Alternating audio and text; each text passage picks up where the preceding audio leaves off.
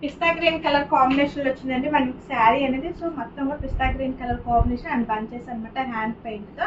So దీని పళ్ళు వచ్చేసి మనకి పళ్ళు స్టైల్ అనేది ఇలా ఉంటుంది.